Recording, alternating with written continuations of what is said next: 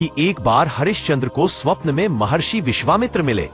सुबह होते ही ऋषि ने दरबार में आकर कहा, राजन, तुमने स्वप्न में वचन दिया था कि मुझे जो चाहिए दोगे। अब मैं तुमसे सारा राज्य मांगता हूं। राजा के लिए यह अजीब और रहस्यमय स्थिति थी, क्योंकि स्वप्न में दिया वचन सच माना जाए या नहीं। लेकिन हरिश्चंद्र के लिए सत्य ही सर्वोच्च धर्म था। उन्होंने तुरंत अपना राज्य त्याग कर ऋषि को दे दिया। राजा अपनी पत्नी शैव्य और छोटे पुत्र रोहिताश्व के साथ वन में भटकने लगे। भूख, प्यास और गरीबी में उनका जीवन कटने लगा। ऋषि विश्वामित्र ने और कठोर परीक्षा ली। उन्होंने कहा, तुम्हें दक्षिणा भी देनी होगी, तभी तुम्हारा दान पूर्ण माना जाएगा। दक्षिणा चुकाने के लिए हरिश्चंद्र ने अपनी पत्नी और पुत्र को भी बेच दिया और स्वयं श्मशान में एक चांडाल डोम के अधीन काम करने लगे। एक दिन उनका छोटा पुत्र रोहिताश्व सर्पदंश से मर गया।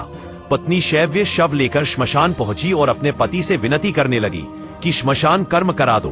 परंतु हरिश्चंद्र ने कहा, मैं डोम का सेवक हूं, बिना शुल्क लिए मैं किसी का अंतिम संस्कार नहीं कर सकता, चाहे वो मेरा अपना पुत्र ही क्यों न हो। यह सुनकर पत्नी चकित रह गई, परंतु हरिश्चंद्र की सत्यनिष्ठा अड़िग रही। तभी आकाश से दिव्य प्रकाश प्रकट हुआ। ऋषि विश्वामित्र और देवता वहां आए और बोले, राजन, यह सब केवल तुम्हारी परीक्षा थी।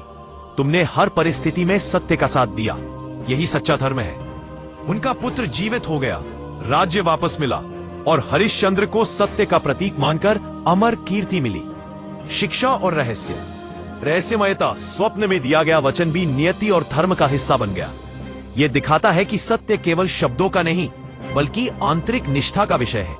नैतिकता, हर परिस्थिति में धर्म और सत्य का पालन करना ही सच्ची महानता है, चाहे इसके लिए कितना भी त्याग क्यों न करना पड़े।